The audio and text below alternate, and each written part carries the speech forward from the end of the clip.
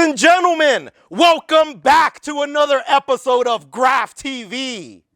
Tonight, we have a San Fernando graffiti legend in studio. With over 30 years in graffiti culture, this vandal has cemented his place in history as an unstoppable force with a spray can and a master of characters. Ladies and gentlemen, help me in welcoming one of the most talented and influential artists to emerge from the 818. It's the one and only Hert USC crew. Yeah, man. Hert, welcome to the studio. It's an honor to finally meet you and learn about your incredible history in LA, man. How are you doing? How's it going today? I'm doing great, man. Thank you for joining us. Now, I hear you just got back from Brooklyn, New York a couple of weeks ago, right? Yeah. What were you doing up there? Was it a business trip? We went out there because it was the homie's birthday. So we went out there to go kick it with him for his birthday on the 4th of July. And we were painting while we were out there. We did a wall in Brooklyn. And we got up a lot while we were up there. Have you ever been to Brooklyn before? What kind of experience was that, riding in Brooklyn? That was pretty cool. It's like riding buses back in the days. Like, we were just walking around catching tags for probably like 23 miles. Just walking around through all the different boroughs and stuff, hitting tags. And we had a good time. It was like about 4 of us. Nice, man. Sounds like a great trip. We also hear you're going to be part of Rhymefest going on Saturday, going on Saturday, August 17th at the LA Coliseum. Can you tell us about that upcoming show and what can we expect to see from you there? I guess it's for a big concert. They hit me up to go paint right there. So sponsored, I guess, by Loop and some other companies. So I guess they have some board ups. We're going to be painting some wooden board ups for them. So do you know what you'll be painting there already? Are you going to think about it the day before, the day of? Probably just do my name. Probably do my name right there. Now, Hert, I want to get right down to the interview. I've heard so much about you throughout the years that I want to learn about your history, man. So thank you for being here with us. Thanks, First, man. I'd like to start with your parents. Where are they from? My dad's from Mexico City. And my mom was born right here in San Fernando in the old Barrio right there on Calisher Street. And so I grew up right there in that area in San Fernando, Silmar area. What were your parents like growing up? Were they religious, strict with you, easygoing? Do you recall? My dad was a carpenter, so he did a lot of work on the west side. And my mom was a teacher. And it was during the 70s. So they're probably hippies back then, you know. It was during the 70s. I was born in the 70s. So I used to go with my dad to work here and there when I was young. How is it having a teacher as a mom? Were you always getting in trouble with her? Was she always punishing you? What was that like? Were you always learning something? I always did good in school. I was good in English. She helped me correct them all because she was an English teacher. She's teacher and she teaches ESL. She always helped me out with my homework for English. But I tried to get in trouble that much, I guess, in school. I did pretty good. What kind of kid were you growing up? What hobbies did you have? Were you into sports, video games, skateboarding, as many people were? I used to go out and ride my bike a lot. We used to have, with all the guys out there, there used to be fields by our houses. So we'd go jumping in the fields. I really skateboarded a lot. I used to build models. I used to build little models, kits and stuff like that when I was young. My stepdad showed me how to build models. What's your favorite models to build? Is there a specific... I used to build a lot of tanks, a lot of military models. He was in the Army, so he showed me how to build a bunch of models and stuff like that. So it's a good hobby. I learned a lot of patience, how to work with my hands. As you're growing up in the San Fernando Valley, can you describe that area for us back then? What was it like? What were the neighborhoods like? Was it dangerous? Was it peaceful? Was it a safe place? Dangerous? What was your take on it? There was a lot of gangs going on in that area. Like there was always gang activity in the area because there was always two rival gangs going at it in the valley. So you kind of had to not get caught up in that. Do you ever accidentally get caught up? Someone hitting you up at a young age? Not really. No, not really. I used to walk home from school. I would just see a lot of stuff going on, like in the neighborhood, I guess. But I really didn't get hit up. But it's just the streets, you know. I just got to be careful. Hert, you're known for having incredible skills with a spray can, one of the most talented artists. But as you're growing up, do any of your other family members display artistic talent? I had a cousin that was, he's the one that got me into writing. And he was writing before me. So I kind of picked it up from him. But I was always drawing on paper and stuff like that. So my cousin, he's the one that got me like markers and black books, stuff like that, so that I could just know how to draw better and color in all my stuff. In your opinion, Hert, are people born with artistic talent, or can they develop it through practice and repetition? Some people are just born with it. They're natural good artists. You know, it flows out of them naturally. Some people, you could learn it. It takes them a while to learn. Some people, you got to teach them. You know, I know there's some guys that know how to paint, but they don't know how to paint that extra step or two. So you might want to take some and teach them a couple extra steps to help improve them. But if you're a good artist, you're always learning. You're always going to be trying to learn something new, you know? Did you display talent at a young age, or did practice get you to the level that you're at now? When I was a little kid, I tagged on something that was my mom's. I shouldn't even tell you guys this. And she got mad, like, who wrote on my desk? So we wouldn't tell who did it. So she goes, I'll give you $1 whoever wrote on my desk. So there I was, are you sure we get $1? And I go, yeah. So I go, I did it. I wrote on my mom's desk. It's the first place I probably ever tagged. And she gave me my dollar bill, but then she took my sweater off and wrote I'm a bad boy on it. And I started crying, and I cried all day. And to this day, I got that sweater somewhere kicking it, you know, put away. And that was probably the first time I tagged and got in trouble, was when my mom was tagging on her stuff. What do you tag on your mom's desk at that early age? I probably don't even remember. But I know I wrote on her desk because she got mad at me. Does your mom know about your talents these days and how far you've brought your art? And what does she say about it now? She knows and she likes my art. She's gotten a couple of my pieces and checked them out. She's gotten a couple of my shows. She takes pictures in front of my characters. So she supports me with my art. And that she's always supported me in my art either way, you know. Even so I was a graffiti writer, she always supported me in my art. Do you ever remind her of what happened with that desk? Nah, but I still got the sweater. Now, Hert, I want to go back to when you first saw graffiti, when it first entered your consciousness. Do you recall when you first saw graffiti? Was it in a TV show, movies, on the street? Can you please share with us who you saw up and where?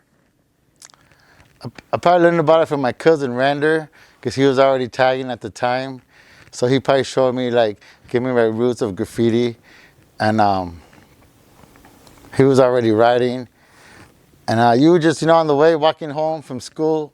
There used to be a train yard right there in San Fernando. And there was always pieces in there. Let me see. Master had a piece in there. I think it was Bobby D had a piece in there. And it was an old train yard in San Fernando. So every now and then you'd walk by and just go check out the pieces in there. There was a couple more. I think there was an old Fear piece, the OG Fear. He had a piece in there. And those are probably some of the first burners I saw was down in that old San Fernando train yard. Do you tell your cousin, do you ask your cousin Render what is graffiti? Does he share any tips with you? Does he share any history? How do you get along as to discover graffiti and make your own path?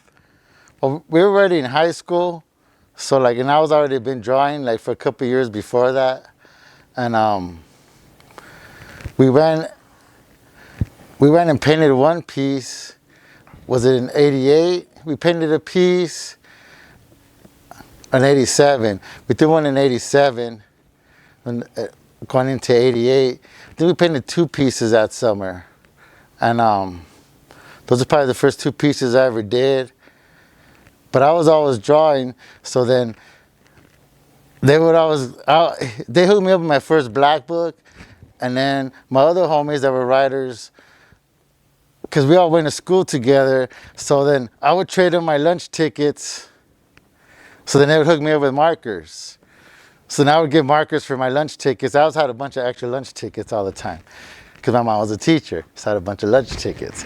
So I'd trade them lunch tickets for burritos and all that, and that's how I'd get all my markers, getting me a mean streak. The homies gave me a black book, and that's how I got all my painting supplies, and I could start hooking up a black book, because at that time in high school too, a lot of people had black books, dope black books that were all done up nice. So then, you know, it's cool if you had a black book with your work in there. What did your black books look like? Can you describe them? They were me practicing, a lot of tagging in there. A lot of them were characters. A lot of Public Enemy characters I would do. Because do different rap group. One was a BDP character, Public Enemy, because those were around at the time. Just different characters. Because you're still learning how to draw anyways. What high school are you attending at the time? And were there any known graffiti writers that were in the same high school? Or what were the popular crews in that high school at the time? I was going to San Fernando High School. And those guys there from TCA, the Chosen Artists. It was Realm, Abel Rocha, Clone, Fumes, and I think there was one more. And those are the baddest guys in the whole school, man. They had the dopest, freshest books. And they even did a piece. They did a mural inside the high school in the back gym. And that was probably like '89 they did that piece. And that was pretty big. It's nice. It's probably still there. And those are some OG graffiti writers right there that did that. And then Master painted the front of the school. I think Skill had a character there. And then, but you had a bunch of other writers that went there that were all like bus chasers too. So you had a bunch of NSRs that went there, which is non-stop rocking, like Soren Sace. They were mobbing buses at that time heavy. TTV, this guy Snail, he was the first one hitting everything right there in the valley, tagging the valley. He's an old school Snail one. I used to kick back with Render and Prism. You know, so I used to go bus chasing with those guys. So they're the ones that used to give me my markers and taught me how to go bus chasing to hit the buses. And then, but I wasn't in USC yet. I was in a different crew in high school. I was in ABC crew, okay? And that was my homeboy Phil, my homeboy Zeke, my homeboy Scheme.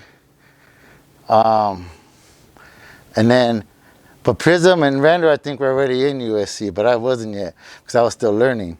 What did ABC stand for? Artists Beyond Control. Why do you join that crew and not your cousin's crew?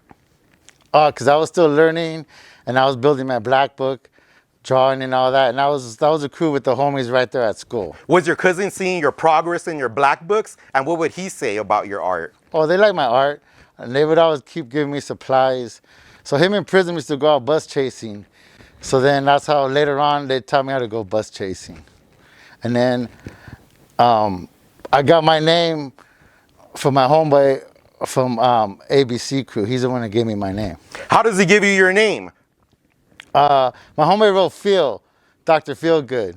from ABC crew. Yeah, and he ended up being from USC later on too. But back then, names with double E's were in because you could flow them nice because you're doing connectors when you're writing. So it's easy to flow your name down when you're hitting up, so you can hit up fast. And you could put your name, you could put Warner, you could put Ski, you could put Ism, all in one flow, just going. So he was Phil Warner, and he was gonna change it to Hert. For whatever was happening, he was gonna change it to Hert. I told him, oh man, why you gonna change it? Keep that name, that's dope. You're Dr. Feelgood, homie, like that's what's up. And I go, all right, Hert.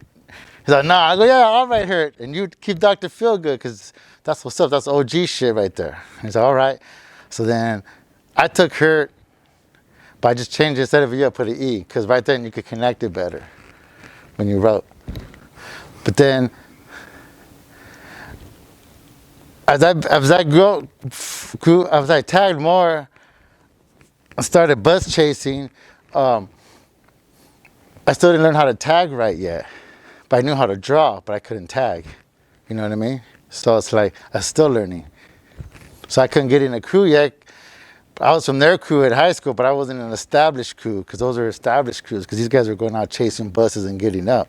It sounds like in high school is really when your curiosity with graffiti was sparked and you started your own journey in it. But before that, what was it about graffiti that caught your interest? Was it the danger? Because you could just draw at home and not get yourself involved with any legal situations. But it sounds like you chose the criminal path. Probably because it was fun. You know, because it was fun.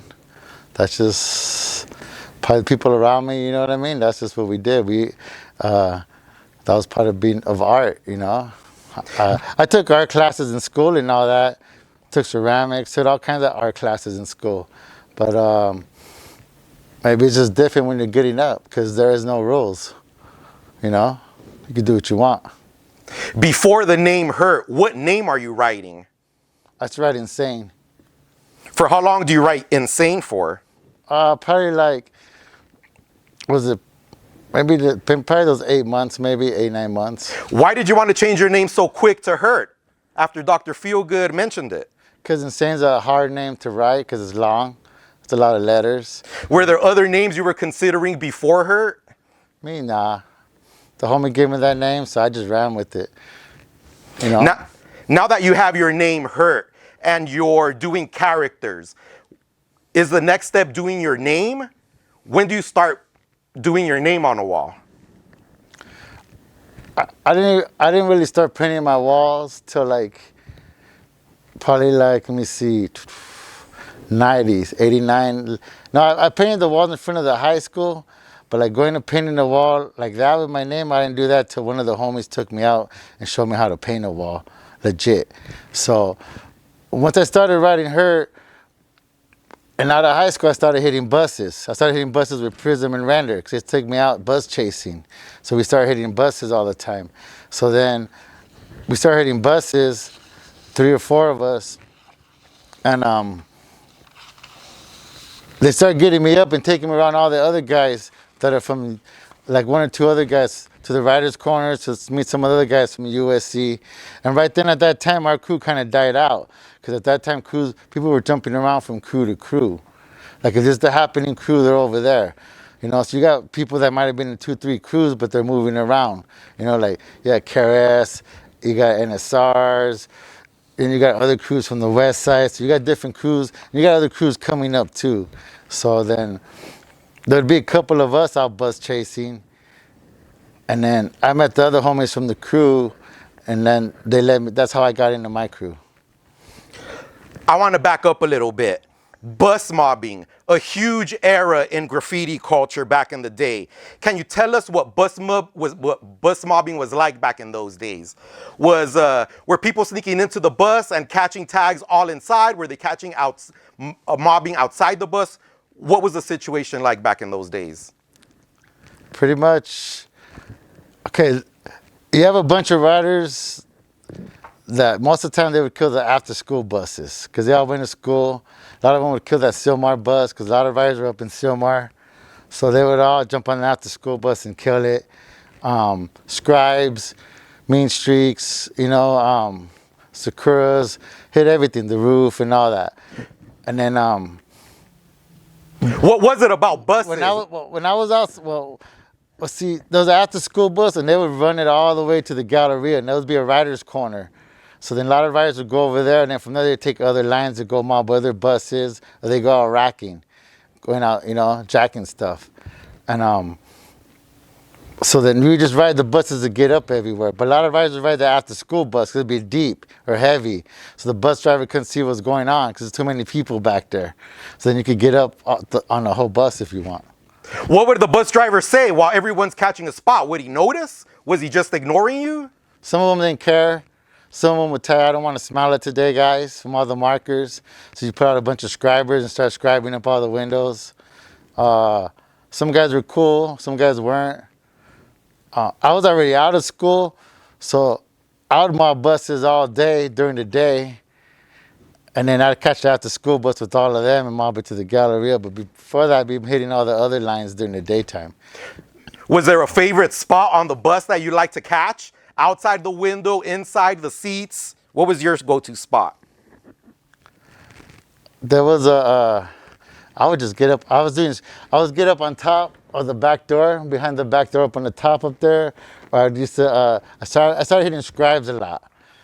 I hit a lot of marker tags, but I was hitting a lot of scribes because I know they were going to run to the west. The other lines run out to the west in LA. So I was hitting scribes because they buffed all the markers and streaks. At least I was up in scribes. So I was hitting all the buses and scribes in the valley.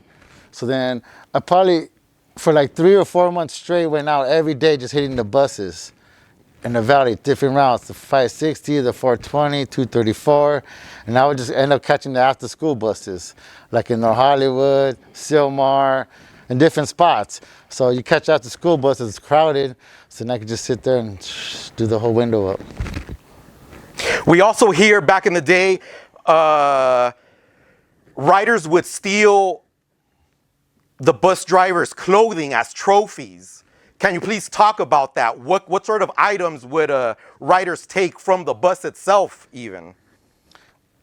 We'd make all of our own bus passes all the time by hand, off colored copies, and laminate them and with markers and everything.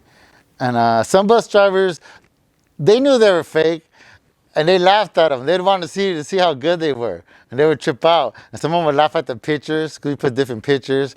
Some of them would get a kick off of it. Some of them would just let you on. Some of them were real cool with us, but like if you got their jacket or their hat, their pins, yeah, those were like trophies. The hammers in the back, those are all trophies for the riders. What else do they have? The door, the latches. Sometimes you take the latches because they had old scribes on them from old homies or old people. So you keep the latches because they would scribe the latches up. Do you ever almost get busted while on the bus riding? Sometimes when we'd be out bus chasing, it'd be nighttime and you'd have 2 buses and the whole rider corner went on these 2 buses. So then you got like 2 buses just full of riders at night. Both buses loaded up and these fools are just mobbing the shit out these buses. So when they stop and call the police, yeah, everyone's jumping out the windows. Everybody's jumping out the windows. And they're running across the street, they're jumping on the next bus and taking that one out. It's kind of like, those are like our subways. And one time we were right here by Panorama City, that was a rider's corner. It was a lot of riders were meeting in the Panorama City Mall because it was a rider layup. And I got on the bus, I forgot who I was with. But in the back was a bunch of riders already, probably like 5 or 6 of them. Magics, I think Soar and Sace were on there, because they lived in that area. And I got on, I was gonna hit the window right in front of the door so I could get up right there. And there was an older lady sitting right there, Senora. So like, I didn't look like a rider, I guess, but at the bottom of my hat was tagged up. So I sat next to her and put down my hat and just kicked it for a minute. And they all walked that way, and you jump on a bus, it's like a party, it's a rider commotion. Because, hey, what's up, what's going on? You see who's up, like you check out the bus, see those heroes or whatever. It's like our meeting places. It's on the bus. You do everything off the bus, and we hit the next stop, and next thing you know, the ghost unit gets on.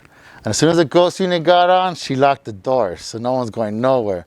And they put a squad car up behind the bus, and they come down, and they open up the back doors, and they got the police sitting, the ghost unit sitting right there. Start getting them everybody off one by one. Boom, boom, boom. They clean the back of the bus out. I kind of looked at the senora and just sat there just sat there like that, you know. They cleaned the whole back of the bus out, got them all out. They got off the bus, took down all their stuff, had them all sitting out there with their hands on top of their heads. The bus doors closed. I look at all of them, and they all look at me, all lined up. And the bus just takes off, and that's the luck of the draw. You know what I mean? And I just got lucky that day. But the ghost unit were on it, and they were hitting the buses left and right. So you had to be careful. We always hear mention of the ghost unit. Can you please inform us, what was the ghost unit, to your knowledge? I think the buses out there were getting hit so heavy, all the after school buses. I think a couple of drivers got jacked up too out there in the valley. And the lines were getting hit a lot, deep, you know, grills, front of the buses, outside windows. And they even made a crew called 234 line killer, because we sit there kill the line all day, you know. Certain riders rode certain lines, so just getting up on certain lines all day. But they travel everywhere. And they just made them because they just started making it. It was like, I think, a 5 or 10 man unit that were going out catching the riders. You also mentioned the riders' corner. How many riders' corners were there, and what was the riders' corner? Can you describe that for us? Like a rider's bench. That's where all the riders would meet up and kick it. So like you had one over in Panorama City, the Galleria. The 234 line ran all the way down Sapporo to the Galleria, so all the riders from Stillmar would run it back and forth to get up. Some riders would just get up to school and back. You could run all the way to the Galleria. From there, you can meet riders from the west side and jump over into the west side on the 560 line. You could take the Hollywood line that way. You take the 420. You could take the 94 line into downtown.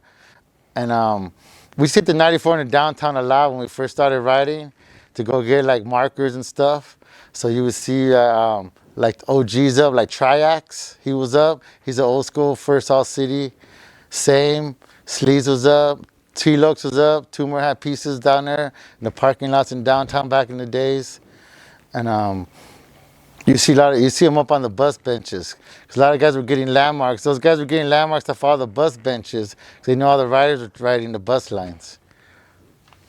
Do you know who created the riders' bench? Why was there a riders' bench? Would everyone hang out there after school, or would you just be randomly passing, see the bus stop full, and get off to hang out? Riders would meet up, riders would meet up in the Galleria to kick it. So if you know I was running to the Galleria, you'd run into one or two riders there. They were just chilling. Panorama City had a riders' bench. I think there was one in Fairfax. There was one on the west side too, one of the malls in the west side. And just riders, we knew that was like the Facebook or IG back then, because that's where you all meet up from different riders from different crews. And then a lot of times we would meet up and go racking. We'd go to the west side to go rack supplies, spray paint, markers, clothes, whatever, you know. We'd go on the west side to do that. Hert, how would you steal paint back then? Before cameras, before security at every door, how was everyone stealing paint back then to go paint? You have different spots where you know you could go rack paint at. Usually like a hardware store or auto parts store. A lot of times we go to different hardware stores. So if we would go like in a team, and like me and the homie Pale went racking one day. So Pale, STP? Yeah, Pale, OG Pale. And so we were riding the buses to different hardware stores just to steal paint. So one of us would distract them while the other one would come up. Usually you'd have someone distract them, or you would go in, both you guys, and come up and get out real fast. And you just gotta watch the workers. Where were you stuffing the paint?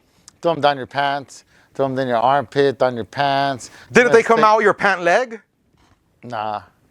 Just tie a belt, tie them up real quick. Throw them in your sweater, two in your armpits, Was there a favorite spot that you always went back to? just throw like 4 cans right here in your waist, easy. Throw another one up your armpit and walk out. Do you ever get caught stealing at a store? And what happens? We never got caught stealing paint. See, after a while, one of my cousins got a car. So we'd go on missions jacking. So we'd go probably we'd go out to like Santa Clarita to go steal mean streaks, markers. And other days, these guys had keys. These guys, back then you had to steal everything. So everything was racky no matter what. All your supplies, all your paint, your clothes, whatever. So it was always, some bus chasers, they were always on the go. They were racking all day, find a spot to sleep, wake up. So sometimes we'd go racking all the way up to Santa Barbara and just hit everything from here to Santa Barbara. So we might come back with the whole trunk full of spray paint. These guys were racking colognes at the time because they were making money. So they would go steal colognes. I'd go with them and spot them. But at the same time, they have to go steal paint for me so I could get my paint. So I would help them out, they'd help them out, and we'd go racking colognes, and I'd get my paint. Would you use the spray paint yourself or resell it somewhere? Nah, that's all for painting. Where would your friends get rid of the cologne? They'd have spots, different spots they'd have, like spots in downtown. And after a while, other riders caught on to it. So then they started going out doing it. So then it was a thing for them to go and make money. But right. Was this cologne stealing like a big graffiti culture event that everyone started doing? A lot of riders knew about it and they would do it because they would know where to cash in. So they would started doing it too. My buddies, the homie Ray Tex had the keys. Somehow they would slip and get the keys. So Ray Tex had the keys. My cousin had a car. So right there, that was a good combo. So then they were out racking colognes all the time. So then that was their come up, how to make money. And people would think of other things. They never strong arm nobody or nothing like that. But they would just go in, open up the case, load them up, drop the bag off in another aisle. And someone would pick it up. And it'd be like the same with spray paint. Same if you're gonna go get clothes. You're gonna go in there, say we went in as 2 white boys and I'm the only Mexican. So they're gonna sweat me. They're gonna sweat the white boys. So now I'll go distract them. So they'd be on me while these guys are coming up. And that's how we would work it.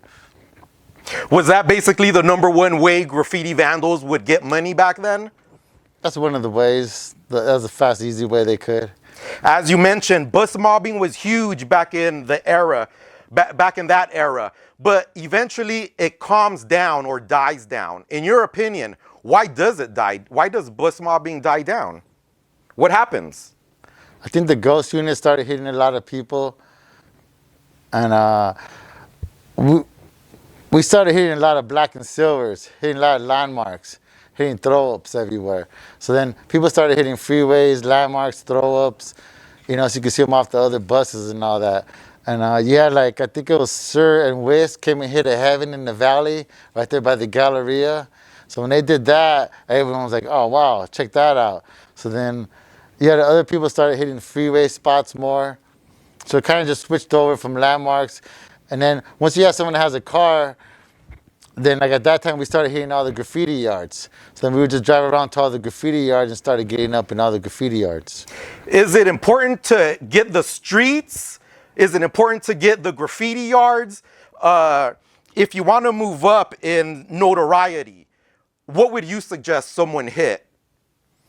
It depends what you're going to... If you're just going to be a tagger, a bomber, you're going to hit the streets.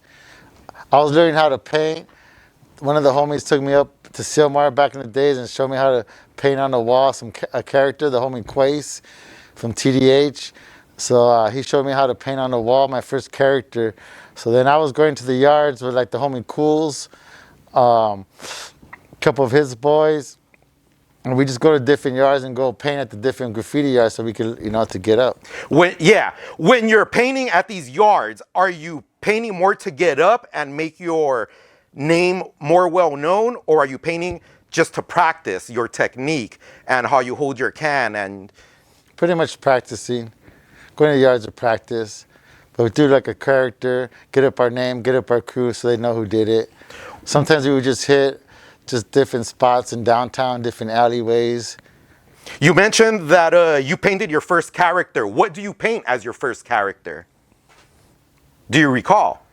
I was like a mouse character holding the spray can.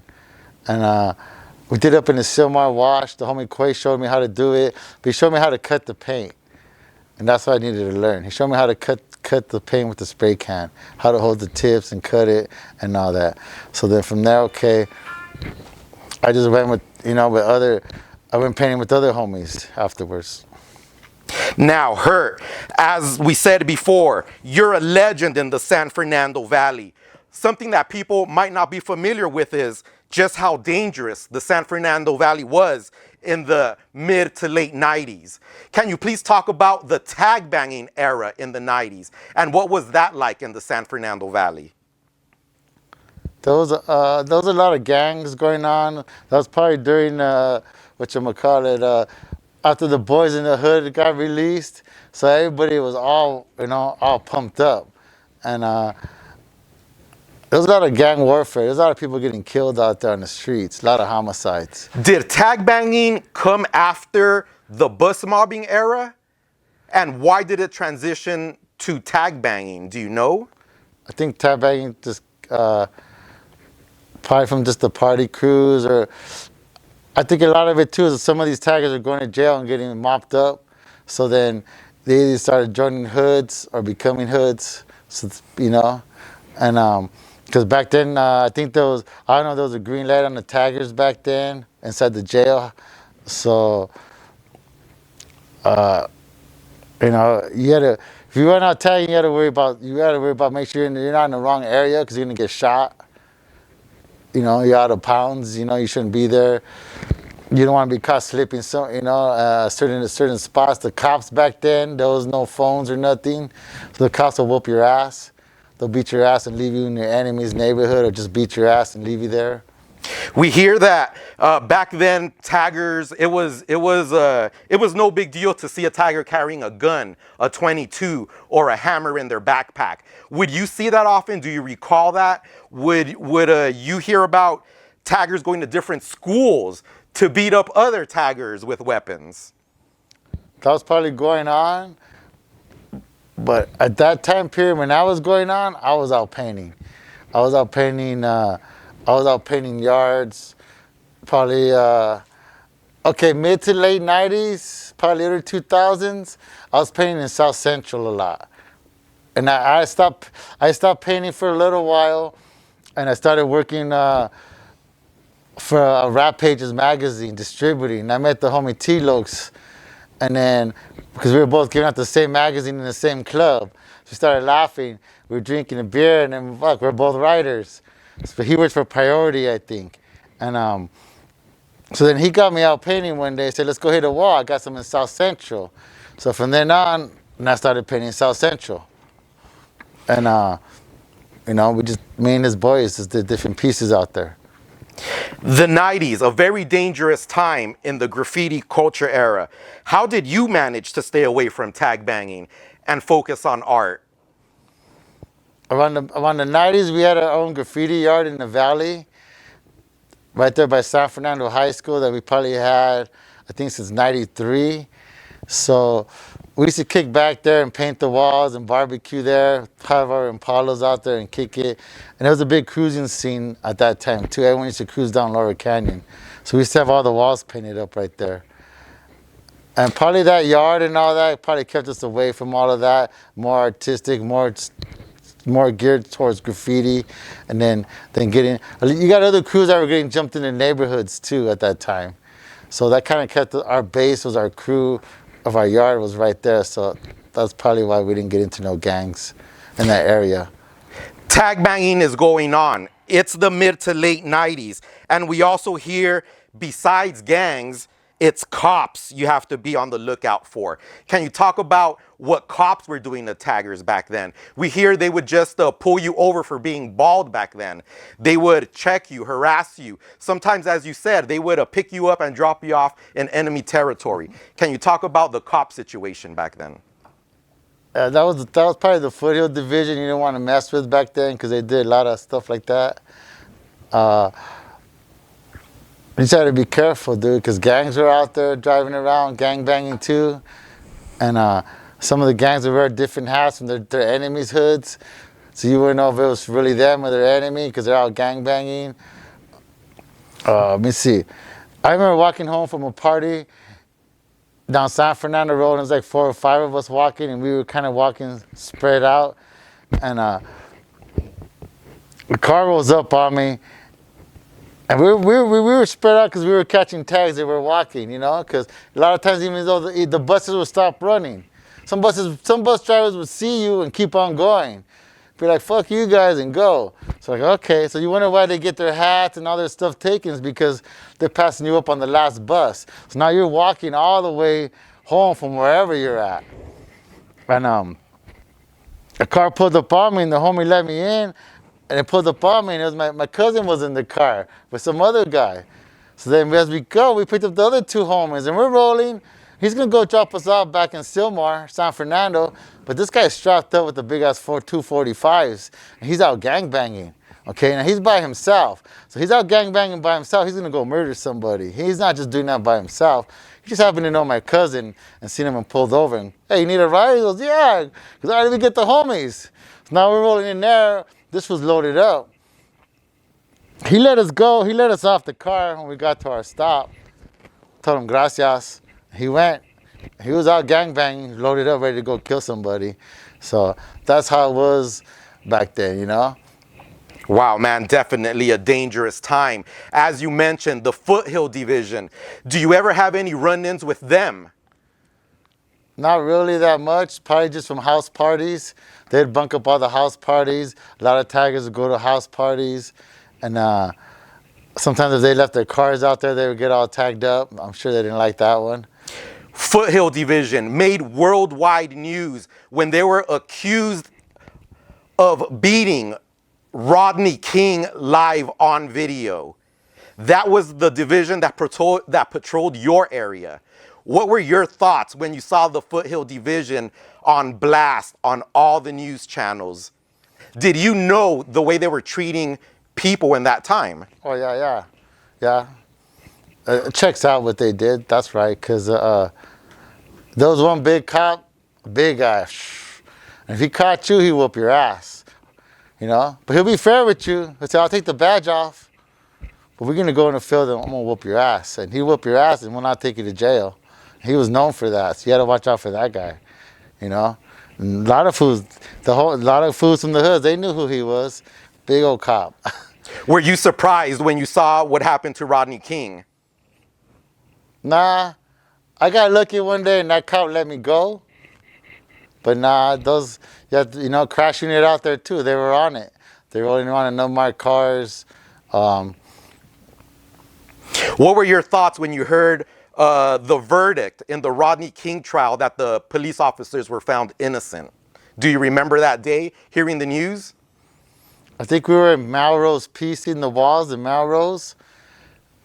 And we heard the news.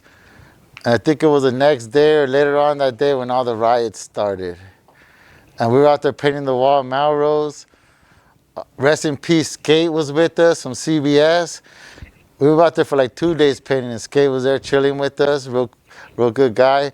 He used to go kick it with us a couple times before that when we were out there painting. And that's when it started cracking off right around that time.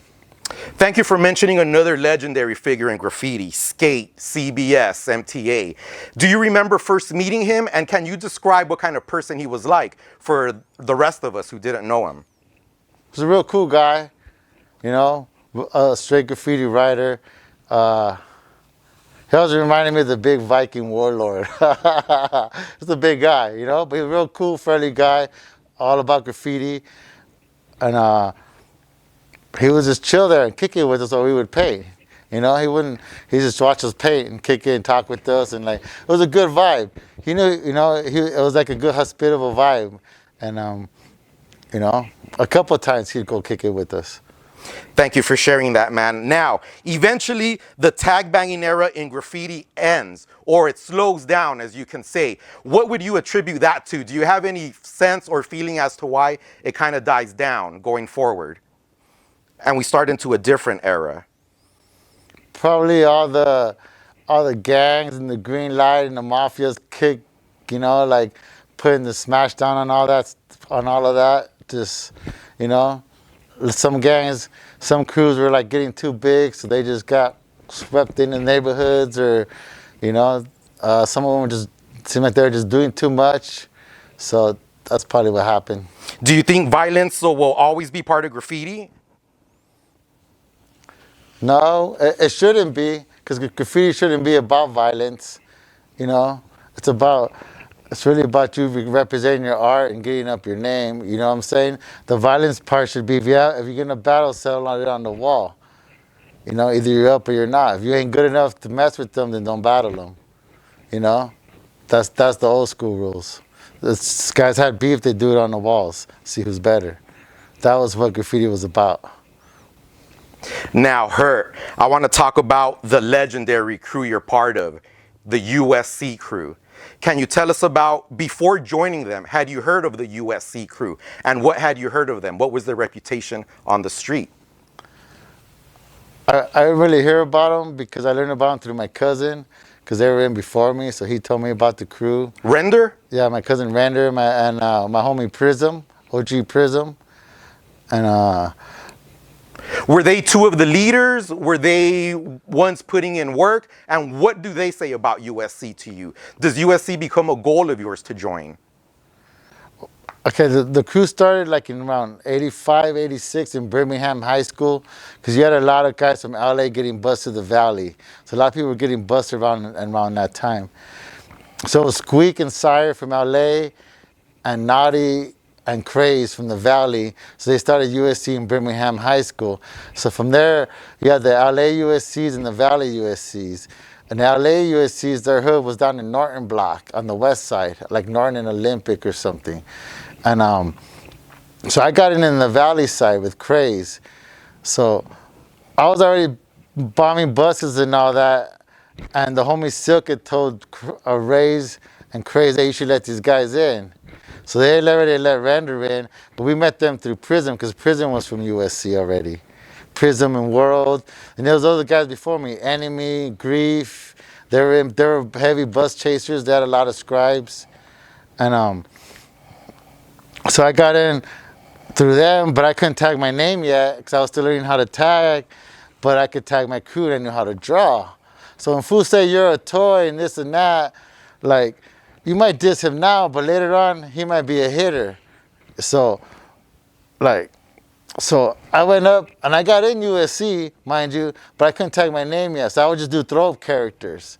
So I was doing throw-up characters on the buses and throw-up characters in scribes until I learned how to tag my name. But I could hit up USC. I could get in the crew. Because back then, you couldn't get in the crew unless you were up on the bus. You couldn't just, there was no internet or, oh, my homies let you in. Nah, you had to get up to get in the crew. Those are the rules. And then if you were a oneer, you know, the difference between a oneer and being in the crew too, because he's in a crew, he's an established, and you're just a oneer, you're still learning. You know, some people just stayed oneers. So you had to get up to get inside of a crew back then. What was the original meaning of the 3 letters for USC? Unstoppable Criminals. Then later on we changed it up to like Unique Sketch Crew, Up So Clean, Unseen Crimes, using scrap cans. Were there any differences between the USC in LA and the USC in the Valley? In the Valley, Craze kept it more graffiti. So like me and the homeboy Drew, he's a real good artist. We didn't get jumped in. But I've gone to USC meetings in Norton Block and downtown, over here in LA, right there in the park by Olympic. And there's like 30 USCs there. And they're rolling up 4 fools in. And then, like the homie Silk, he's from the Valley. He's a big wood. So he got jumped into the valley because he wanted to get jumped into the valley, and he got jumped into LA. So we're going to this meeting with him. He's gonna go get jumped in again because Big Sil's gonna, he's put some hands on these fools. And but the valley ones, he kept it more graffiti, and we didn't get jumped in. Did you always want to join USC because of your cousin? Were there other crews in the valley that you considered joining besides USC? There was like, at the time NSR was rocking a lot. They were getting up a lot. The KRSs were getting up a lot. You had other crews that were older crews that were around, but they were dying out. The OSBs, I think, out there. And you had up and coming crews that were starting out around the early mid 90s, at the KNLs, the MCPs, and the TUGs. I just stayed with USC because that was my crew, my first crew. I just stayed down for my crew. How does your cousin invite you to join the crew? Does he say, does he ask you? Does he say you're already in anyway? He just told him I was a good artist. Showed him my black book. And I saw I was mom of the bus, and I always had a black book with me. So a lot of other writers would hit me up. I tell them my name. I let them, oh, you got a black book? Let me check it out. So they check out my characters. Oh, that's what's up. He knows how to draw. Yeah, he has characters or letters. So then I got in because of my black book, and I just learned how to tag my name later. But I already had a name. I just had to learn how to write it. What's the feeling you get when they tell you you're in the crew? Is it something you've always wanted? What's the feeling like? It's dope I'm in the crew, but now I got to get up. Because when you get in the crew, you got to get up. So I got to put in work. So that was the next thing. Do you have the name Hert when you get into USC? Yeah. Now that you have the name Hert, you're in a well-known crew, USC, taking control of the valley. What's your mission next? What are you trying to do? What's the purpose? Why do you write? Oh, we really wrote just to get up. You know what I mean? That's our freedom. You see your name. We should go hit freeways. I really transitioned from being from a bus chaser to just getting black and silvers and getting throw-ups to we started hitting the yards. So inside the yards, I started piecing. So I started practicing more characters because that's what the homie taught me, how to paint on the wall. So then sometimes I'd go to an alley in downtown and do a throw-up character in the alley in downtown. So then we were going to all the graffiti yards, hitting all the yards with characters. So I was practicing, but we're still getting up. The homies that go with us, they're catching tags, they're getting up. And then we're learning all the different yards. We used to go on buses to the yards. Now we got a car. So now we could drive to all the yards. We went and painted Huntington Beach back in the days. Go paint the pavilion a bunch of times. Motor Yard, Santa Fe Yard, Sanborn Yard. I think there was a Commerce Yard. As you mentioned, another well-known yard is the USC yard. Who discovers that yard first? Can you give us some history on that? Where was it located, and is it still there now?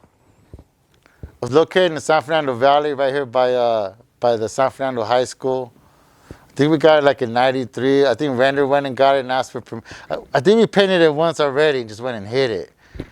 I think like twice. And he went and asked for permission, and he got permission for it. So then ever since then, we just kept it going. And I think they turned it into a park. They changed owners. It's a little park right now. Before it was a park, how many years did you guys hold that yard down for? Probably all through the 90s. Wow. Probably all, different crews try to go up in there, and we would buff them out and tell them this is our yard. So like, a graffiti yard is always a base for your crew, So it's good if your crew has a yard because that's their base. So then you got to hold your yard down. So some of these guys would come in and try and hit our yard. I'd be like, nah, like you guys got your yard out there. I'm not hitting that, so don't come and hit my yard. So I'd buff them out. Now, Hert, you're in a well-known crew. You're making a name for yourself, but as everyone has experienced getting crossed out, how do you handle it? Have you ever been crossed out? And what do? Do you fix it? Do you cross them out again? Is it beef? How do you handle getting crossed out? I think I got crossed out in the buses before. And I ran into the person way later on, and they told me why, and I started laughing. I go, that's right, that's what's up. It was no beef.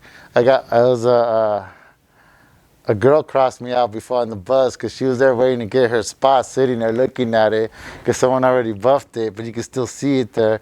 So she was looking to hit her spot again, and then she said I came in and mouthed in and stood right in front of her like this, and she was like, next thing you know, I get a marker and I'm hitting her spot. She was up right there. I got up on the window right there and somewhere else and jumped off the bus.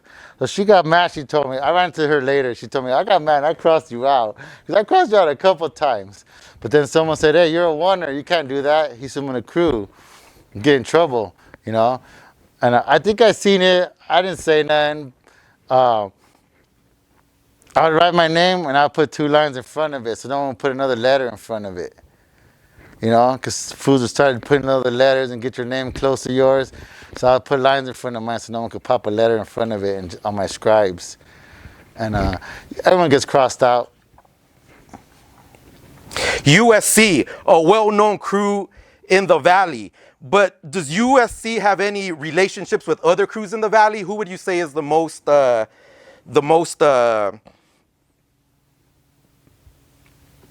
who would you say is a crew comparable to USC in the Valley? Does USC get along with any other crews? We kind of get along with pretty much all the other crews in the Valley, the older crews, because we know other OG members. We all started around the same time, probably kicked at the same dirt. USC, though, we go against the grain and we just stay in our lane and run our own program. You know what I mean? I don't get involved with all graffiti politics or any of these other crews because I'm just about painting and that's it. I don't worry about all the other crews that much. I got homies from crews that I paint with that are solid ass homies that I've been painting since we were hitting the yards back in the early 90s that I still paint with today. So, like, I'm good with those guys. You know, my homies, got a homie Cools from ICR. Me and him used to paint the yards way back in the days. We still go painting. A couple other good writers, you know. I go painting with T-Logs. I got my homie Versus. I go paint with him too. So I really don't trip on all crew stuff. I just paint and do, you know, that to myself. Hert USC has a long list of legendary members throughout the years. One of them being Tulse STP. Can you please talk about Tulse STP, first meeting him, and what type of person was he like? Can you describe him for us who never knew him? A real cool guy. I met him, he was real young writer. I met him on the bus. He was from TUG. He wasn't from STP. He was from TUG. How do you meet him on the bus? Do you see him riding? Seen him riding off the 420 line. I used to be out bombing the buses, so I made a lot of riders on the bus. Met a bunch of all the OGK now, some of the MCPs, and he was from a crew called TUG. There's a couple of them. They're all getting up in that area, all up and down the Lower Canyon bus lines in the 420s, and he was cool. He ended up getting into USC. He asked us how to get in USC, and we got him in USC there, and he was bombing USC up on all the buses. And then he had a couple of landmarks. I got a picture of a freeway he did. It says Tulse USC. It says Unit. I think it says Unit USC because Unit was from USC back in the days. So Swass, Stasic, and he started bombing. He was a bus bomber. When I let him in our crew, he was a bus bomber. He was hitting buses heavy. And then I think when he got in STP, that's when he started doing more landmarks and all of that. Does he ever share with you how he got the name Tulse? Does he ever reveal that? Nah, I never really asked him where he got his name from. He was a real cool guy, real cool homie. Even so he got out of our crew and got an STP, there was never no bad animosity or harsh feelings or nothing. Every time I saw him, I always shook his hand and told him what's up and kicked it with him. You know, he's a good writer. He got up a lot. You know, he took it to the next level. Another well-known writer from the USC crew is Stasic. I used to drive to my girlfriend's house almost every day, bro, and I would see Stasic up on the freeways going towards the valley. Can you please talk about this vandal? How do you first meet him? Stasic got in. He was a bus chaser, Silmar rider.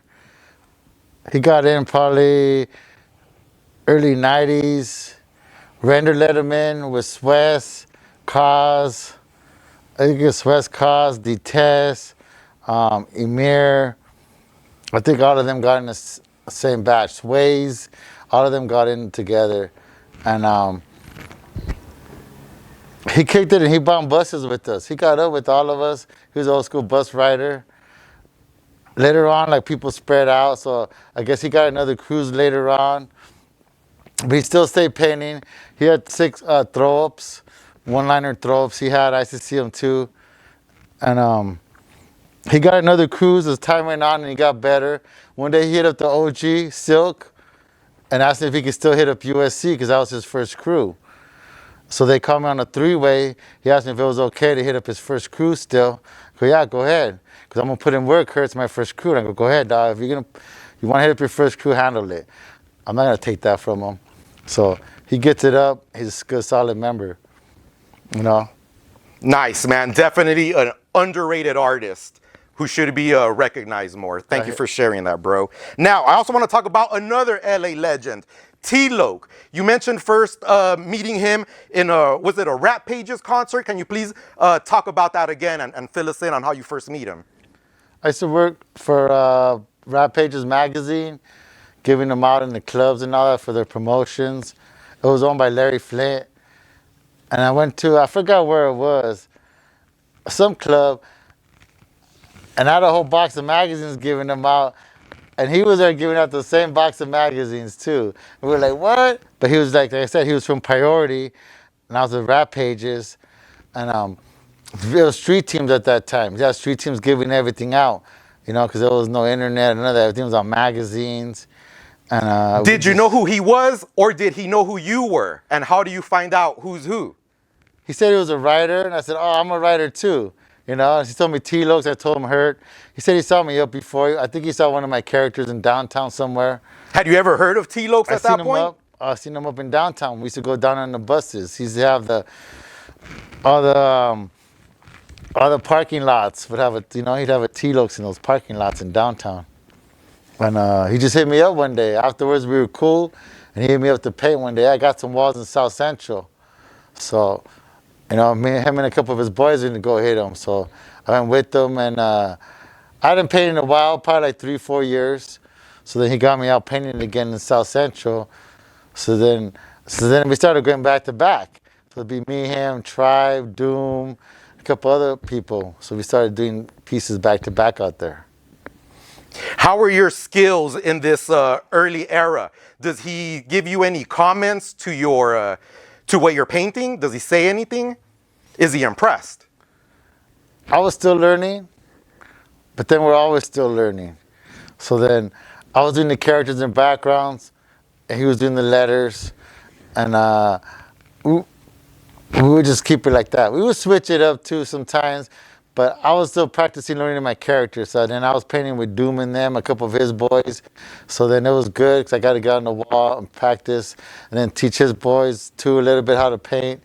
And when you got 3-4 guys doing one production, you know, then it's gonna come out nice because you got a couple of different hands working everything.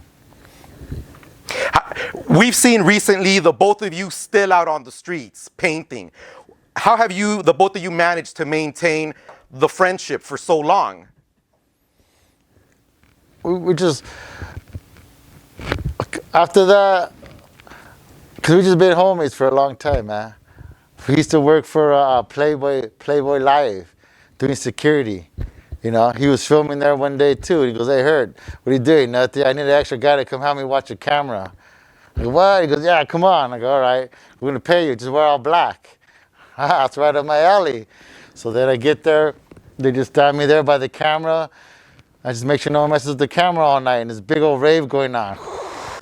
And next thing you know, I got a job. He said, hey, we need another one. So then after a minute, they're like, hey, put him in security with us. So then we were filming for Playboy Live and Reality Kings. So we've always been homies. I've been him when painting in Miami, different places, Mexico City. We used to always go to Papa's and Beer back in the days. Me, him, and my homeboy Juice, rest in peace. So every spring break, we're in Papa's and Beers. We'd party. We used to paint out there. We painted the road out in TJ way back in the days, you know. So it's just, you know, been good homies. Did you ever get busted in Mexico painting? Nah, not yet. Knock on wood. Knock on wood. Now, Hert, I actually want to backtrack a little bit. As you're sketching on your sketchbook, everyone's noticing you have talent. When do you decide to start actually putting what's on paper onto a wall? When do you start taking piecing seriously to take your art to the next level? And who inspires that? Probably when the homie Quay showed me my can control, then we started hitting all the yards. Then I hooked up with the homie Tunes. Tunes, Yeah. Toons? Yeah, Tunes. And Tunes taught me my can control, like my real can control. How to like cut, how to layer up the paint, how to hold it, how to get certain effects, how to lay my piece out. You know? So then I learned how to lay my piece out so I could learn my letters. I learned how to lay out my characters too. And so Tunes helped me out. He was already established graffiti writer. So he saw that I was inspired to paint and wanted to go out and paint a lot. So then we should take him with his painting so we could learn how to get better. How would you describe your early style? My letters are pretty crazy. You know, a lot of different colors. I did a piece in Motor Yard probably back in '91. And I think it was a 3-color fade piece. I had some pictures of it. And they told me to stay there for a couple months, which is probably good for Motor Yard.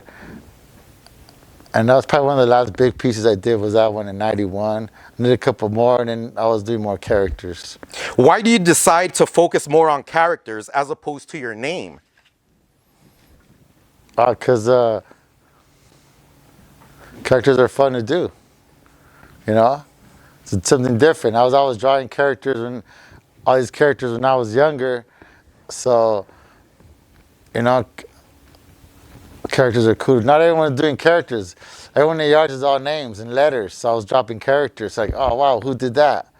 And do another character over here, another one over here. Like, oh, who did that? Oh, okay. You know, it's the same as letters. You're just doing characters. When you start doing your characters, do you still tag? Do you look at that as a waste of time? No, that's me getting up. It's the same as getting up. Instead of doing the throw players, I'm doing the character. If I go to a yard and it's all letters, I'm going to do a dope character in my crew. A lot of times I'll do my crew, my character, my crew. Because that's my character. That's how I'm getting up. What would you credit for advancing your style and getting better? Is it sketching? Is it practicing on a wall? Can you share with us a tip or two as to how you improved so much, so quickly? Probably watching other people paint. Just sitting down and watching them paint and paying attention. You know? Watching how they're doing it. Watching the process, how they do it. Watching someone lay a piece out and fill it in and watch them how they add and do everything is how you're going to learn. You know? Drawing is good too. Always keep sketching. The other day I did my name, I sketched it 8 times before I got the one I liked. I might like this one and that one and then put them together. It's always drawing and sketching, you know, and if you're going to paint to learn, watch someone paint. Just sit there and watch them paint so you can see how they do it. Is time spent painting important to you? For example, is finishing a production quickly important to you, or do you take your time without feeling rushed until it's done? Depends what you're doing. When you're painting those trains, they're going to roll them out. So you got to hurry up and finish them before they roll them out to get your pictures, because once they roll them out, that's it. So I got my painting down to where I could do a nice, good, dope character in 5 to 6 hours. A nice one, good one. You know, so that's just my, you know, like everybody has his own discipline. I could go 10 hours on the character. I come back in 2 days on the character, spend another day just on my letters, or 2 days on the letter. It depends how much you put into your piece, what you're going to get out of it. One homie went and spent 4 days on the piece, came out tight. You know, okay, I'm going to go drop 2 days on my character. You know, so it just depends what you put into it. Have you ever been busted by police painting a character? And is their outlook on painting characters different than doing your name? Nah, I've been busted tagging, but not doing characters. Just straight up tagging. Have you ever busted characters in illegal spots? That I've done, yes. Is speed important to you then, or do you take your time? Do you just make sure you have a good hidden spot? Depends if you can do a fast throw character, a quick one, or you can take your time and do something really dope. All the characters that I've been doing from the beginning of this year to right now have pretty much all been illegal. All of them, you know? So it just depends what you feel you could get away with too, you know? Hert, there's no doubt you're one of the most talented graffiti artists of all time. But there might be some writers with not the talent level as yours who might be jealous of your notoriety, your talent. How do you deal with hate from other people or jealousy? Can you share with us? Have there been any issues throughout your career with jealousy? I probably had a couple here and there, quite a few. And it is what it is, man. You know, if they ain't hating on you, then you ain't doing something right, I guess. You know, people hate on you for whatever reasons. But it is what I just keep painting, and I try to focus on all that, on all of them, because at the end of the day, they ain't doing nothing for me anyways. You know, it just depends on. Fools always gonna hate on you. That's how it is sometimes. It sounds like you take care of your characters. You spend several hours on them, making sure they're perfect. Has anyone ever gone over one of your characters, and how do you feel about it when you see it? One person went over it once, over here in El Sereno. So I went back and capped him back. And then a little while over, he went over it again. So I went and capped him back again. And then the homie ran into him and let him know real quick. Okay, I'm not gonna say his name. I went back and made sure we kept that spot and told him that's our spot, homie. Don't be capping me out, cause you might cap me out 3 times and I didn't say nothing and I didn't even jam you up. And you're an older writer, but you shouldn't be doing that and you know that. And I'm not gonna say you're a crew, but don't cap me out again. And it was right here in El Sereno, and that's like a hater ass move right there. So he's looking at it and just crack him and not even care if he's an older guy, because I'm an older guy too. But I let it go, just told him don't be capping me out, and I capped him back. You know, 3 times I capped him back, straight up. So after that, it's kind of like, how do you want to do it? You know, but I'm not gonna say his name because he's an OG writer from his crew too. You know, so I'm not gonna give him that. But you cap me again, I'm gonna cap you back. I'm gonna keep doing it. You know, how do you want to do it? Is it important for young writers to always fix their production anytime they've gone over? Or what do you advise young writers handle the situation? Do they have to earn their respect by going over someone 3, 4, 5 times? No, this wasn't a younger writer. This is an older writer. He was just hating on me. That's all it was. For some old shit back in the days. You know what I'm saying? So I just went and capped my spot back till he got the message, hey, don't quit capping me out. He wouldn't cap no one else but just me. And he's lucky he was an OG from his crew, so I didn't do nothing to him either. Because, you know, if you cap me 3 times, then we could get him up too, right? But like I said, I just capped him back and left it at that. So that's like a hater move right there too, you know? So he hasn't capped me since then, mind you that. Now, Hert, I want to fast forward a little to a huge event that happened several years ago called Battle for Los Angeles, where you actually entered an event and took first place with a spectacular production that everyone was talking about. Can you please talk about that Battle for LA event and what you painted that day, or fill us in as to what happened at that battle? It was, all the crews in LA were there battling. It was a black and silver battle. I think Beska put it on. You had all the big major crews there going up against each other who could use the, I guess, the best black and silver letters they could do. And I got there kind of late. I guess they thought I was going to be the one painting. But my boys were right there, the homie Drew and the homie Depth. They were there doing the letters. And I had full confidence in them. I just told them about it and let them go, here, handle that, guys. They all think I'm gonna do here. That's all you guys right there. And they ended up taking it and winning. A couple of other guys from a couple other crews came over and said, hey, you guys got this. That shit came out tight. You guys got this. And I told them, good, thank you, you know.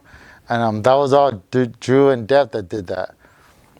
Hey, thank you for clearing that up, man. I remember going to that event, and definitely that production was awesome, and definitely the winning production. Now, I want to talk to you about your characters, man. Looking over your art, I see you're into monsters, science fiction, and Aztec themes. Can you tell us which is your favorite? Kind of mix it up with all of it. Every character I do, afterwards I'm there dissecting it to see what I miss, what I can do right, what I could do better on the next one. Every character I'm going to do different, has to be better than the one before. Some of the characters I do, I only painted them 2 levels. I still need 3 more levels on that character. Some of them only 3 levels. I can still hit it 2 more times and add more and more and more to it. Just by looking at it. Give me 2 more hours on it. Give me 3 more hours on it.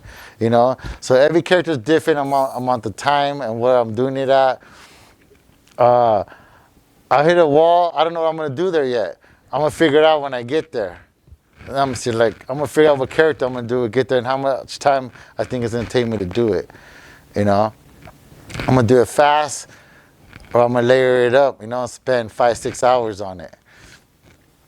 You've had an interesting career. Another fun fact of yours is you and Tumor painted for the first Cycle Realm concert. Can you please talk about that production and how that came about? I don't know if it was another graffiti crew or producers that had put that together. It was around Christmas time, I think. T-Lux had hit me up. Hey, I got these guys. They're a good friend of mine. Let's paint their backdrop for their concert. I said, all right, cool. So I went over there. We painted it, a big banner for them. Most of the stuff, just about everything for Psycho Realm and Cypress Hill T-Lux does, he lays it all out. I go help him do it. And I think it was for the first concert that they threw in LA.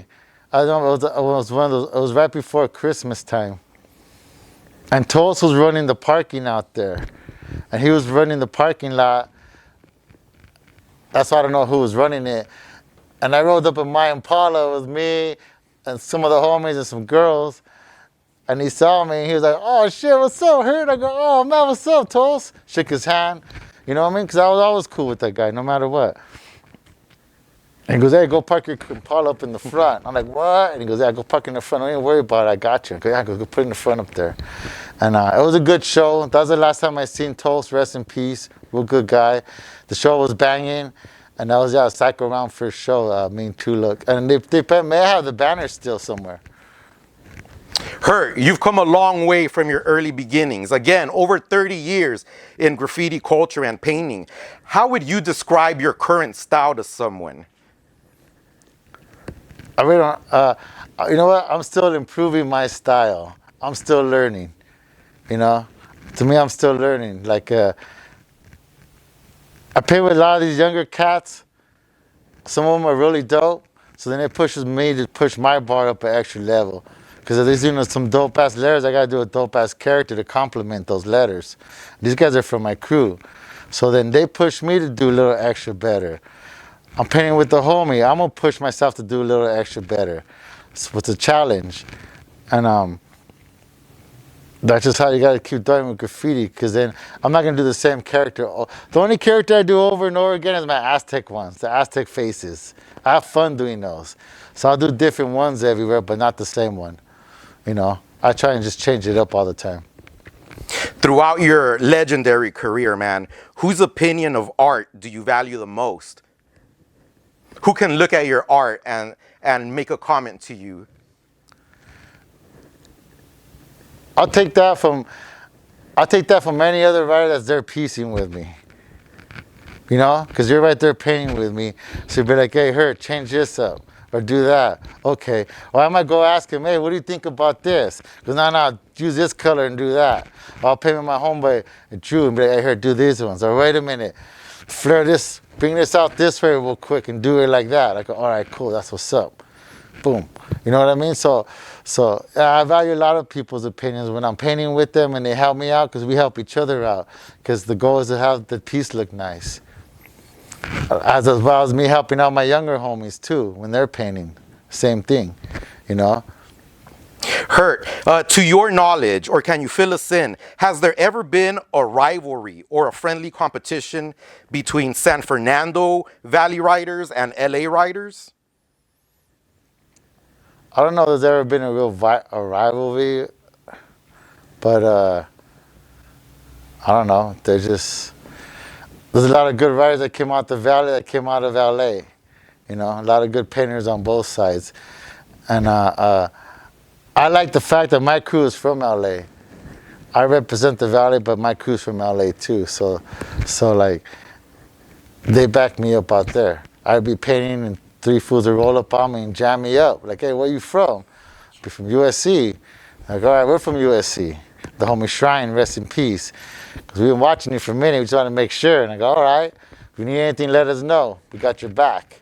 They just be back there kicking it, make sure no one messes with me. OG LA USCs. So with me, I never saw that rivalry because my crew is from LA and the Valley. So our crew really didn't have none of that. Who would you say, Hert, has been your closest riding partner throughout the years? Have you had a close riding partner? Randy was my first riding partner because we used to hit buses. Let me see. It's different. You just have homies you paint with. I used to paint with Cools. We used to hit all the yards. We still hit the yards. We still paint together. I used to paint with Tunes. We still paint. We went down to San Diego painting. I used to paint with T-Lokes. We still paint together. Let me see who else. And I made a couple other new riders. So I paint with them. I got my new homies that are from my crew. They're all younger riders. So I paint with them and their homeboys. Sometimes I paint with the leader of their crew. You know what I'm saying? So it just depends. But yeah, those are solid homies I paint with. Thank you, Hert. Now, do you recall a moment in your career when you felt or knew you were finally well known? Does something happen when you finally say, hey, you know what? I'm really doing something out here. People know who I am. Do you have any memory or something that happened? One rider, a girl rider from the valley. Her name is Beau, B-E-A-U. She hit me up one day. She was in the riding scene out here in Pacoima area. She knew all of the riders, and she just hit me up one day and said, "Hey, OG, your name still rings bells with all these youngsters." And I go, "Oh, really?" She goes, "Yeah, just to let you know." I go, "All right, good looking now, gracias. That's what's up." So I was giving her props. She's a writer too, you know what I mean? And that sticks with me. That's what's up. What do you think has been a key of yours to becoming well known? Is it longevity?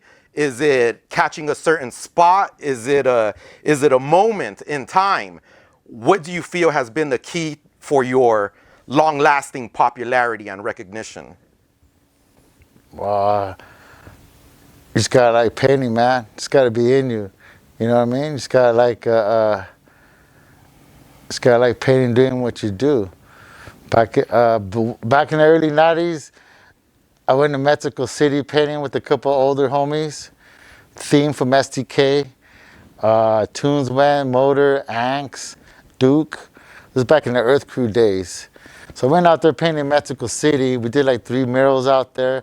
The locals took me out bombing, out there hitting bus stops and walls. I told the local, let's go party, homie. Got a bottle of tequila and took these guys out because they didn't know Spanish. Just gonna go out and party, homie. So I took them out to go party with these guys. And I might be up out there still, but just painting in another country and then coming back and then painting and just the longevity of painting because that's what you enjoy doing, you know? Like I do my name, but I like doing characters because they're fun. But I do my name too, and this is what you like to do. You like to go out and paint. Are you satisfied with your place in Los Angeles GRAFF history? I never really worry about my place in Los Angeles GRAFF history, really, because I'm still putting in work. you know. And I'm still gonna put in some more work. I'm still learning right now. We're always learning. It's a learning process when you're painting. So like, I might learn a new technique a year ago. So now that's what I'm putting in effect, you know. So I'm still getting up in my eyes. As long as I can still paint, I'm gonna keep putting in work. Why do you continue to put in work? Have your reasons changed for painting? Why do you paint? Why do you do it? I'm sure people who have nothing to do with graffiti are asking themselves, why does he paint? Why? Can you explain it? Is it an addiction? What is it? Why? Because that's my legacy. My legacy is my graffiti name. That's what I got. That's what I got to leave my mark in this world. And can't no one take that from me either, straight up. You know what I'm saying? And I do it for my homeboys that passed away. My homeboy Juice One, rest in peace.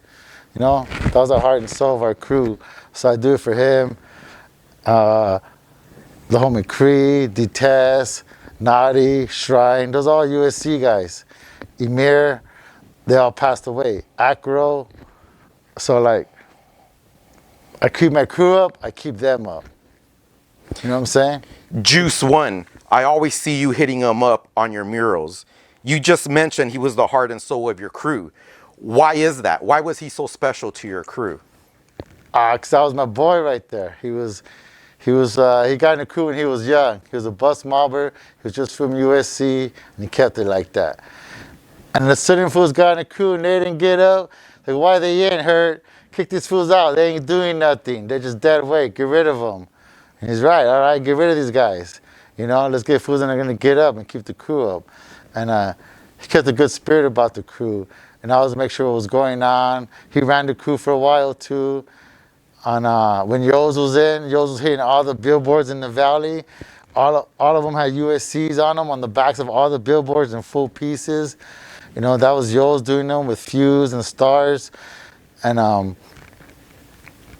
it just him and A. Back in the days, him and A12 used to come in my pad and kick it when they were teenagers. Sometimes they'd bring GK with them. Sometimes A12 would bring a couple other writers with them. And those are just my boys right there. Quick question, is this the same Juice that would write with GK? I don't know. Yeah, maybe I'm confused. Maybe that's another one. Sorry about that, man. Now, a question about your identity. Do you like telling people who you are, Hert USC? Do you keep your identity a secret, or do you like sharing who you are and revealing? If you know me, you know me. That's just how it is, you know. We've all done a lot of dirt in this world, you know, on the streets. So if you know me, you know me. That's just how it is. Again, you've had a long career, man. You're at the top of the game. Are there any writers you've been happy to meet throughout the years once you reached your high status in graffiti culture? Let me see. I just, you know what? I just enjoy painting, man. It's good to meet some of the OG painters that have been in the graph scene for a long time. It's good to meet some of the older cats, but I just enjoy painting, putting up my name and characters, you know? What are your thoughts on fame, Hert? How has fame treated you? Is it a blessing? Is it a curse? What's your outlook on fame now that you've reached this, the pinnacle? I don't know. I ain't no outlook on fame for me, man. I'm a really humble person. You know what I mean? I'm not in there for the fame. I'm in there to paint and get up because I'm a fucking vandal, straight up. I don't care about the fame. I don't care about. I'm a vandal. I'm gonna paint and get up. I'm gonna do pieces. I'm gonna do burners. I'm gonna do burners and drop them in 2 days with my boys if I could. So it ain't about fame. It's about I don't really trip on all that. I'm just gonna keep painting and go on my path. You know, whatever happens, happens. Hert, thank you so much, man. So far, it's been a great interview in my mind, bro. Now, I want to touch up on the current era, on what's going on in graffiti culture these days. First off, with the Oceanwide Plaza skyscraper. Do you remember first hearing about the skyscraper, and what were your thoughts about it? Why didn't we see a Hert USC up there? Let me see. I heard about it. I think one guy had already hit it once or twice. I think Emor from the Valley out there hit it the second time. Merch hit it the second time. I think Emor hit it. And after that, everyone started hitting it. I was painting down a couple blocks from there, a big old wall that was a top to bottom with my boys. We probably did it all week. So like, I think towards the last day, we drove by and looked up at the towers. We were already kind of tired and we were like, we just kept on going. There's a lot of cops over here, but there were people grouping up down there. I give them props. I give them credit for all that. Some people talk shit about it, saying, a bunch of toys went up there and this and that. Like, hey, dog, we were all toys when we started. No one started dope when they first started doing graffiti. So then you got to give them heart because they went up there and did it. You got to give them the props for that. So maybe some of the older cats talk shit about it, but I thought it was dope. I give them props for that. That's what's up. What should happen to the Oceanwide Plaza Towers going forward, in your opinion? Any thoughts on that? Nah, I don't know. That's just a waste of money for the city. Just throw all the homeless in there. Let them live there. Hert, you've seen it all in your 30 years in graffiti culture. What are your feelings about today's culture? Do you see any differences, anything you'd like to see differently in today's modern era of graffiti? Any thoughts on that? I think they got it a lot easier than we had it. Because they could go to any store and buy any paint or anything off the internet. They could look up any other graffiti writer on the internet to pick out some colors, some letters, or a style. They could look up a whole alphabet on the internet and pull 2-3 names out of there, you know? So like, we didn't have all that. We had to learn from someone else older than us to teach us how to do it. We had to get an older guy to teach us how to paint, to teach us how to cut. We had to go steal all our spray cans. We had to steal everything back then. And then you had to find someone, like I said, to teach you, because not everybody wanted to, too. So now they can just YouTube it and look at it. But it's still not the same when you're actually watching someone paint. But to me, they got it easy. How do you feel writers in today's era would do in the 90s era? You think they would hold up? I think half of them would fold over, because first of all, you got to steal all your paint. And if you ain't going to go out and steal your paint, then you ain't going to paint. So it's where your heart's at. You want to go paint some graffiti, either going to ask mommy and daddy for pay money, or you're going to go out and rack your shit. All the OGs, we all racked our shit, because that's how we did it. You know? So I don't know if these guys would last or not, but you have to steal all your supplies. And Hert, while rising up the ranks in Los Angeles graffiti culture, can you name some of the female writers that you've seen throughout the years? Can you recall any? Can you name a few that caught your attention? Let me see. Omega used to be up on the buses. She was up in Scribes. Chalk started hitting the buses. She saw Chalk from OTR, but she used to be from KRS. She used to hit the buses heavy. Me and Chalk used to go out bombing buses in the valley together. You know, I used to go hit the lines with her. I'd run into her and go mobbing the bus lines with her. It's my homegirl. She's probably the first girl to do throw bubbles up on the freeway. Out here in the valley was Chalk. And sometimes guy riders hate on the girl riders because they get up more than them. So they hate on them, talk shit or whatever. But some of these girl riders get up. Let me see. The homegirl Aspect got up a lot from MCPK now. Tribe got up a lot, painted with Tribe. Out here with Tumor, over here in South Central. You know, so it's different girl riders. Thank you, man, for sharing that history with us. Now, going forward, what do you feel has been your biggest accomplishment in graffiti so far? Probably, for me personally, going and doing a piece in Brooklyn, because that's the heart of graffiti, where it all started. Not a lot of writers get to go in there in peace in there, unless you either know somebody or you're a dope artist. But even then, and I went there before a long time ago, but I didn't get to paint before the towers fell, probably like in '96. So to go back and paint and tag, walking miles just catching tags, it was like the old school bus chasing days. And then a drop a piece there with my boys, to me that was, I'm good with that. That's all stay with me right here, you know, because that's where graffiti started. So I got to throw Burner in Brooklyn, that's what's up. Nice. And also just happened recently, man. That's a great memory to have. What's been the toughest part of your graffiti career? Probably, okay, back when we were young, most of your parents, most of your relatives, they probably figure you're gonna end up dead or in prison. You're a gang member, you're gonna get shot at. So pretty much most of your family's gonna turn their back on you because they're gonna just look at you a certain way because you're there tagging on the wall. You know what I mean? And that just goes with it, you know? A lot of graffiti writers come from broken homes. So, you know, sometimes their crew member or the older elder in their crew might be their father figure for them. You know, so might try to lead them in a good path. There's lots of hard things for graffiti writers, man. It ain't always fun and dandy games, you know what I mean? And I just stayed painting on and off through the years, you know, and just, I got busted before, you know. I did about 1,000 hours community service. I've been in jail I got vandalism charge on my jacket, probably a couple other more charges.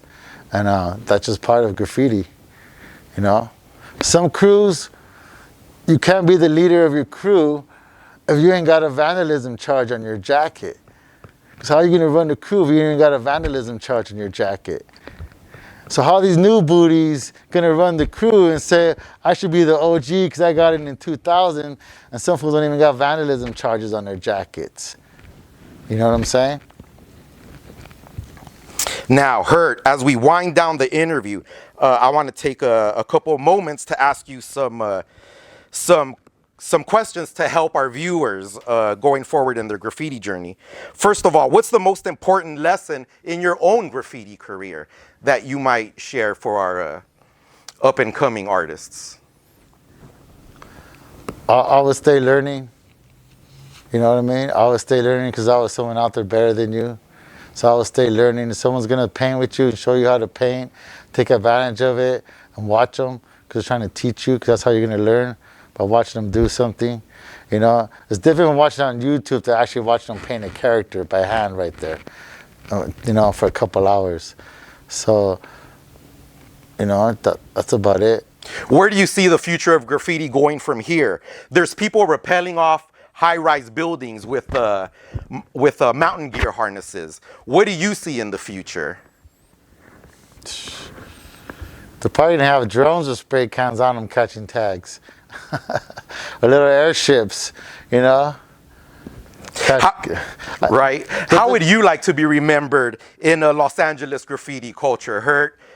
How should we remember Hert USC going forward? You can just remember me as an old school bus chasing vandal, because I'm an old bus tagger from back in the days. I'm still painting, and I'm still gonna get up, you know. So I'm just I'm an old school vandal. So I'm gonna keep putting in work with me and my crew, because that's what we're about. What's next for Hert USC? Can you fill us in on any future plans you have? What are you up to? What can we expect from you going forward, man? I'm still learning right now, the process of painting, because I'm always trying to improve myself in painting and learn new techniques. Let me see. I keep my discipline down to painting, how many hours certain things take, so I can figure out a whole piece or whatever. And I'm just gonna paint and get up more, you know. Hert, again, thank you for joining us for this incredible interview. Thank you for sharing your history of Los Angeles with us. But now, I ask all our guests for their top 5 graffiti vandals or their Mount Rushmore of LA writers. Hert, can you please bless us by sharing your top 5 all-time list or your own Mount Rushmore of LA graffiti writers in no particular order? All right, let me see. It's a hard question. There's a lot of good writers in LA. You know, there's a lot of good piecers too. Let me see.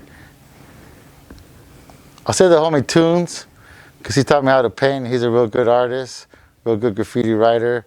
T-Lokes, because he got me out again, hitting the streets, you know, keep my name up, keep me painting, because he saw I was a good painter. My homie Versus, you know, he's a dope-ass writer. He bombs, puts in work. My homie Cools, AWR, ICR. You know, we go way back. He's a solid painter. He pushes me to level up on some dope piecing. So, you know, those are like some of my cool writer homies right there. Let me see who else. That brings it up a notch. Let me see. I like the homie Vile. He has good work. You know, he gives me props on my characters and stuff. I always run into him in different places. He's a good homie, you know. Vile, he's from K2S. Thank you for sharing that incredible list, Hert. Now, Hert, going forward, we hope future generations are going to watch this video 5, 10, 15, 20 years from now. If there's any message you could share to future generation of writers, what would it be, man? Do you have any words of advice from someone watching this in the year 2050 or beyond? Keep writing, keep practicing drawing your name and your letters. You got a bunch of new guys picking out names. They're just changing one letter, one syllable, you know, or just like make up your own name so you could be dope. Don't just make up someone's name and change it out one letter. Like, be original and make up your own shit. And just, if you really like it, you're going to keep painting and you're going to put in work. Some people have it, some people don't. Some people paint for a couple of years and fade off. Some people come back. So it just depends on you, man. Hert, thank you again, man. We've reached the end of our interview. Thanks again for blessing us with your in-studio appearance. Now, before we close the interview, Hert, are there any shout-outs you'd like to give? Let me see. I'm going to give a shout-out to my boy T-Lokes for hooking this up. He has an art show coming up in September. You guys could all check it out. I think it's the Mission Viejo.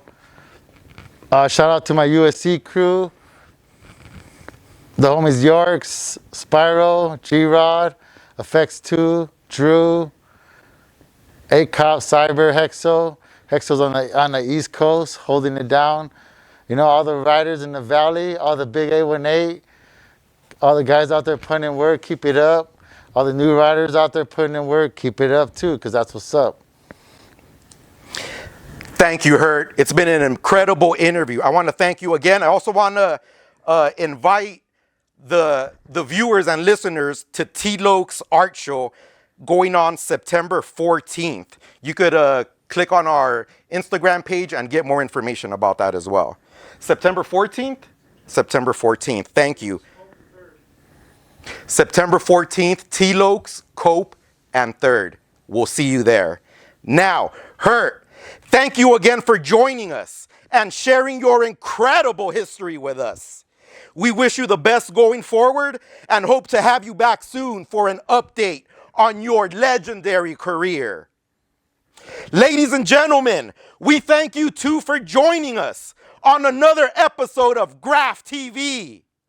This has been our exclusive interview with San Fernando graffiti legend, Hert of the USC crew.